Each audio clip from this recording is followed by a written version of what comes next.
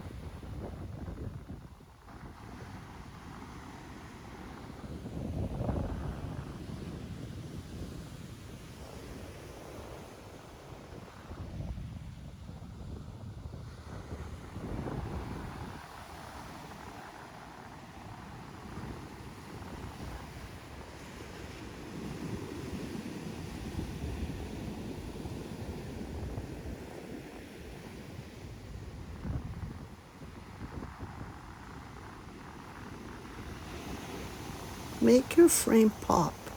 I'm just gonna trace all the little rectangles with my white Posca pen. That will make a difference, you will notice.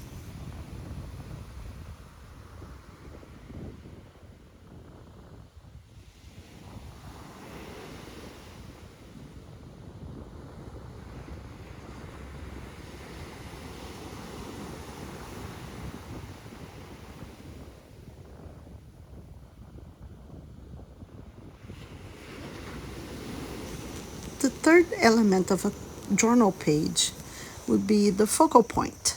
I love using images from magazines.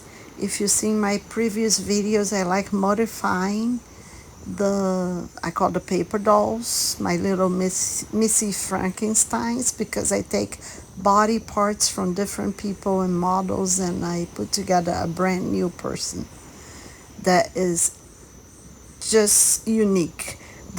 Today I'm using this picture of Marilyn, this cartoonish picture of Marilyn, and I'm just gonna fussy cut around and paste to my journal. You can use your stamps, you can draw. If you are into drawing, you can draw your own focal point. You can use die cuts. There are many things you can use. I like magazine images because they are unique. I do have a small collection of stamps, but I get bored of using the same stamps over and over. That's why I like resourcing to magazines where I can be more creative using different images.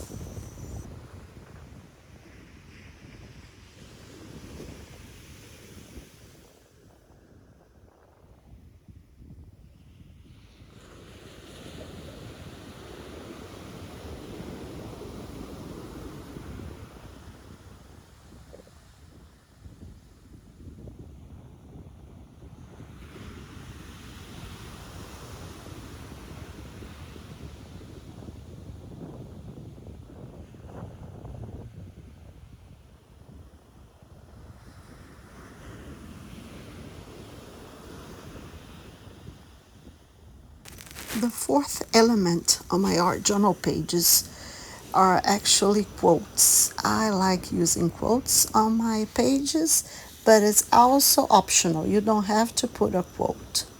I like putting quotes because it's, after all, my journal. So I like to link an image and I'll find a similar quote to go with that image.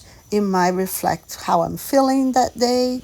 It might not. It might just be random because I ran into something that I thought was worth putting in my journal.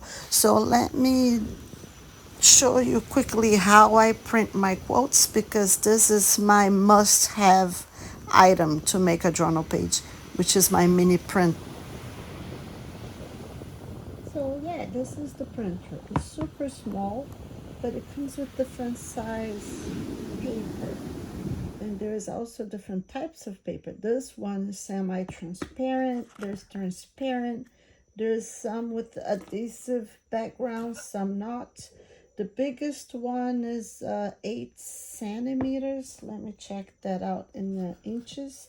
And it also has the label size. So it's a very handy dandy little guy, and it's a USB charge. Super convenient, a must have. The fifth and final element, it's actually not just one thing, but many things that you can do, many details that you can add to your journal page to make it pop, to give it the pizzazz. And one thing I do is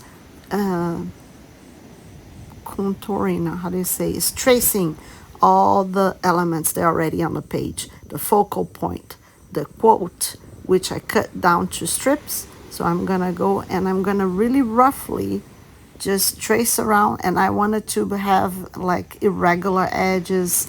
I wanted to look, the quote, Marilyn herself, now I'm gonna do a nice tracing around. I'll try to do a zoom here so you can see what I'm talking about.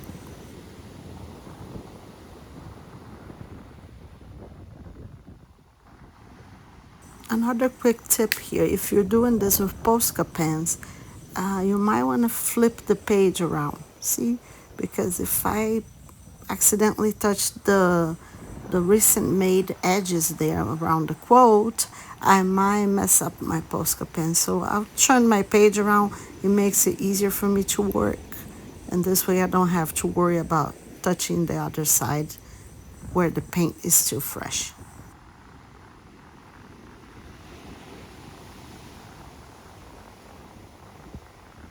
Another thing we're gonna do before we're done with this page is to add more details to the background. As you can see, the background right now is pretty plain, so I am gonna do some mark making. And there's different ways you can do this. You can go back there with some more stencils. You can go back there with crayons or markers or your Posca pens. I'm gonna use water-based crayons to do this. And then I'm gonna trace some of the water-based crayons with Posca pens to make them pop. This step can be done before you put the images and the focal point and the quotes. However, I like leaving it to the end because sometimes either the quote or the focal point is gonna cover some of the marks I made. So sometimes I even do a little bit before, but usually after you also have to come back and finish it up. It's just, details. It will make it prettier.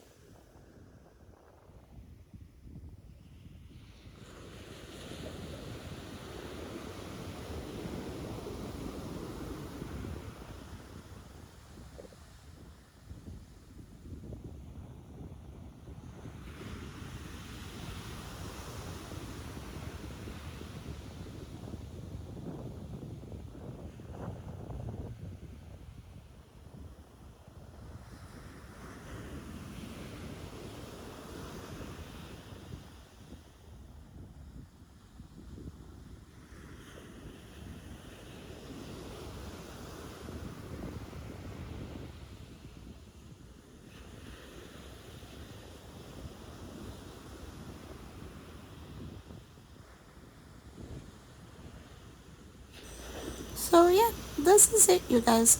I hope I inspire you to create something beautiful. I hope you enjoy this project and thank you so much for watching. I'll see you again next week. Bye.